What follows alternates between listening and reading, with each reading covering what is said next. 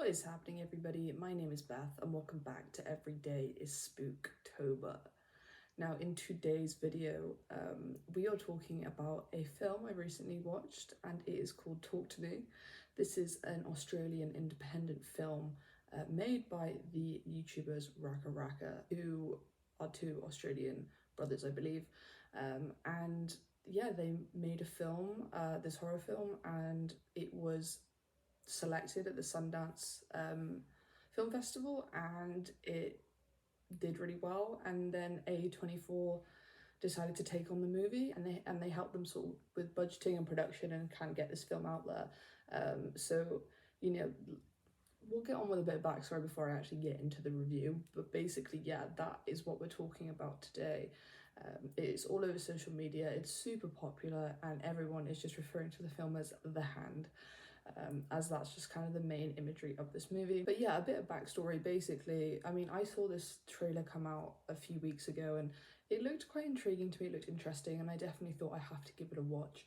The fact that it's an independent movie, I mean, I know some fans and horror fanatics, they don't particularly like to go and maybe look at the independent films because I guess there's sort of that sense of like it not being the best movie when it's low budget and it's independent. But you know, I mean I would have been intrigued anyway, even if A24 wasn't attached to this movie. Like I still would have gone and watched it. Like it genuinely looks like an interesting and engaging movie. But yeah, like I don't know anything about the guys that created this. I'm not familiar with their channel up until kind of this point.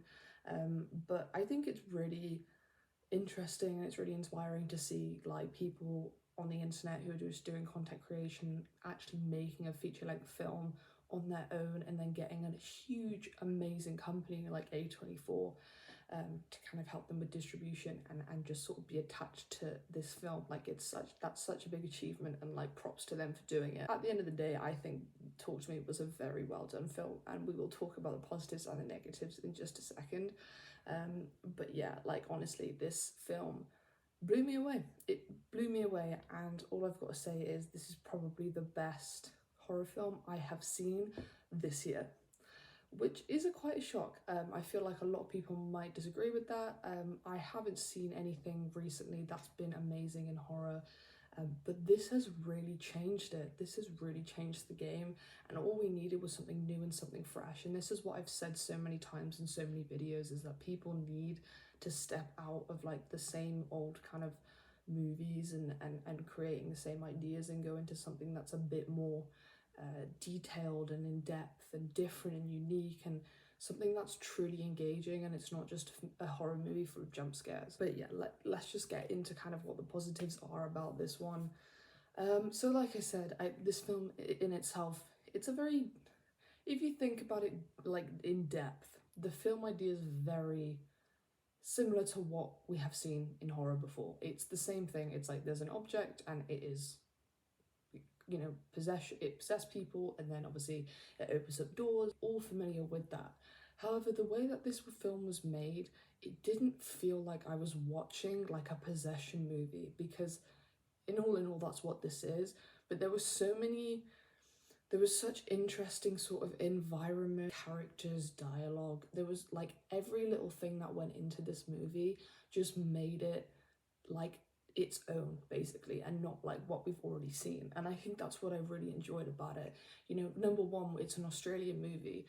Like the last big Australian horror flick for me would be like The Babadook, but you know, that definitely started and inspired so many. But you know what I mean? Like I think, and The Babadook, I believe, was also an independent one. So I believe, you know, I think horror in like Australian horror movies, we don't see them very often. So that was kind of the first thing that stood out to me. It was interesting kind of see like the culture of the kids and how they all behave, and I think it was a good choice of like hiring actual Australian actors and sort of filming in Australian locations to kind of get a different atmosphere, because we do normally find these possession films to be based in America and it be all cliche in high school. Whereas this was very different. It didn't have the same effect. Obviously, throughout the movie, we're following Mia around, who is played by Sophie Wilde. She did a really good job in this movie. She seems like a very varied actor, and bearing in mind a lot of these actors that are in this movie, they've not really done anything big before. They're not in many films or TV shows or anything. So props to all the actors. Like, there wasn't really one actor that I thought, okay, like, this is bad, but they were all very, very good. But you know, we follow Mia around and as the main character, and she's lost her mum, and obviously this whole film is sort of about reconnecting, and I believe I saw in an interview that that's what the kind of the hand symbolizes, is like reconnecting with someone. And obviously the premise of this one is that Mia obviously has lost her mum and she misses her mum, and obviously if you're messing with spirits and possession, of course this is going to obviously play into that. And I guess it's just sort of the exploration of Mia, you know, like coming to terms with her mother's death and it being okay. You know, obviously she struggles quite a lot. She's quite all over the place and a very like strange, awkward character, but she's obviously learning to kind of get back into being herself again. She obviously has like a really tight group of like family friends. You know, she's got a difficult relationship with her dad. You know what I mean? So with all these sort of layers, there's loads of sort of depth to this film. Like I said, it isn't just a simple possession film like, oh, my mum died and now she's haunting me. Like, there's more layers and there's more depths, you know. I think something that's really good about this movie is the way that like a lot of horror sequences are just very strange, uncomfortable or weird. They're not necessarily jump scares or something popping up in your face. It's just very like off-putting, which I know A24, I mean, is kind of known for, you know what I mean, in that sense. But so I think A24 is a very fitting company to work with these guys for this film. But yeah, like there's not, I didn't find there to be jump scares or to rely on that. I just found it to be just really off-putting, really uncomfortable, really strange, really weird. You know, and I think the actors really played with like, you know, when they are possessed and the voices and the facial expressions and their actions, what they do. I think they all played really well with that. I believe I saw in an interview with the cast that when they were filming, like every take was different, and I think that's so interesting because especially with an independent film, because I know with an independent film things are tighter, you don't have as many takes and you're a bit stricter on what you can do. But I think, you know, obviously the directors, these two guys, they gave the cast the freedom to kind of do what they wanted, and I really like that, and I think it really paid off because some of the things that are said in this, you know, it's funny, it's weird, it's horrifying. There's so many emotions that you go through while watching this movie. The biggest moment in this film is obviously Riley, played by Joe Bird, where Riley, obviously, you know, they're messing around with these spirits too much, which is obviously, we know is kind of going to happen because they're treating this connection of the hand as like a game, and we know something bad is obviously going to happen. And obviously Riley like really hurts and injures himself, slams his face against the desk, pulls out his eyeballs, like all this crazy shit. And I think that to me that was like so intense. Like watching it in the cinema, like it was an intense experience. Like I would 100% recommend watching this in the cinema because I don't think it'll have the same effect at home. But that scene was like horrifying to watch, but it was just like, wow, like so well done. So well done. And like I said, I keep thinking about it, this is an independent film, wow, like they did so freaking well. It looked so real, it looked so disgusting, and the actor did a fantastic job. You know, I think him, after he kind of becomes possessed, he just for the rest of the movie is just like someone you're like, I don't want to go back to a scene with him in it because he's just really gross to look at, and that's just kind of how it was.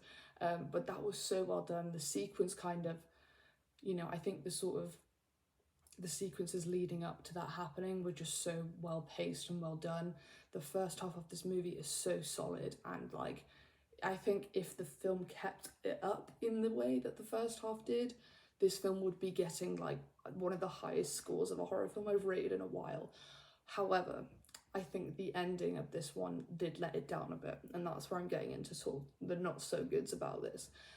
You know, so I think the back end of the film, it was like, I think it kind of started to lose me a bit. So like we had a very strong opening, very like we're finding out that this thing is negative and it's obviously caused Riley to almost die. It's starting to haunt Mia and like obviously get you know, start to do really crazy things, sort of our downfall of where we start to see Mia start to sort of disintegrate and like start to go down a rabbit hole of craziness because she doesn't understand what's going on, and then her mother's getting involved and she thinks it's real. And she starts to kind of lose the people around her. And don't get me wrong, I think, yeah, this is a valid point. This is valid things to happen. However, I just think that the way we wrap it up, like, it was kind of obvious that at the end she was gonna die. She was gonna end up being the hand when she was dead, when other kids were playing with the hand, because obviously it just gets passed around. Maybe that was an insinuation of a second movie, I don't know. Personally, I don't think we need a second movie with this one because we've seen enough. I think if we do a second movie with this, I think it could be ruined. I think the idea is so original and different, and it's made differently, that I feel like if we did a second one, I feel like we would fall into a very cliche possession film, and we don't need that. You know, I just think it could have been a stronger ending, and obviously we want Mia to kind of get back to her normal self and realise that she's doing wrong, and she needs to just sort of look herself in the mirror and be like, right, like, none of this is real, like, I need to snap out of it. But I just wish there was a different conclusion to this movie. I feel like it could have been more interesting if maybe Mia just ended up being possessed and then people didn't know and they thought that she was okay. I just think the ending for me just massively let it down. And I don't see why. Obviously she ends up dying anyway, so she doesn't actually fix the problem. As in, like, you know, like, this hand is still around, it's never getting destroyed, but like, I feel like they should have like gone into a bit more like background into the hand and maybe where it came from, and like, I don't know, do some kind of seance. Like, I think they should have just done a bit more research into this hand, because it feels like towards the end they just sort of like gave up a little bit with like the really layered textures of the film and the story. And I think that, like I said, it could have been different, it could have been improved, because like I said, I thought it was just a bit of a weak ending. It was quite cliche, and I didn't want something predictable, although I do think it's a funny full circle moment for her to be on the receiving end of the hand, and I low-key kind of wanted to see it. I just wish that we got to that part and it, like I said, differently, not just like Mia like going absolutely insane, like trying to kill everyone, thinking everyone's out to get her, because I'm aware that she sort of opens this door to her mother who isn't, but I feel like it would have been better if like other characters were like getting haunted and the other characters were also involved with kind of going nuts. Because I think when we focus on Mia a lot, it just gets a bit like repetitive and it's like the same thing. And I think that, like I said, involving more of the cast would have been a bit better, I think. That's just sort of my overall thoughts on Talk to Me. You know, like I said, I really enjoyed this movie. You know, it was very solid for the first half, and like I will be 100% rewatching this, 100% buying this when it comes out on DVD, you know, and I'm kind of stuck on my rating. I want to do like a 6 or a 6.5 out of 10. I'm not too sure, but for the meantime, I think I want to rewatch the film and then give it another solid rating. But 100% recommend this. I 100% would go and watch it again. Like, I really enjoyed this film. It was so quirky, it was so fun and different and scary in its own way. Never seen anything in this kind of style and way of filmmaking before. And these guys, Raka did a really good job of directing this movie. So I hope they come out with more horror, and I hope it's not going to be a sequel to this movie, because we've done The Hand, we've seen The Hand, we need a new fresh idea. So I hope they come out with something new and fresh soon, because I would love to see a very, very good solid film again. But yeah, thank you guys so much for watching. I hope you enjoyed, and don't forget to subscribe to my channel, and I will see you on my next review.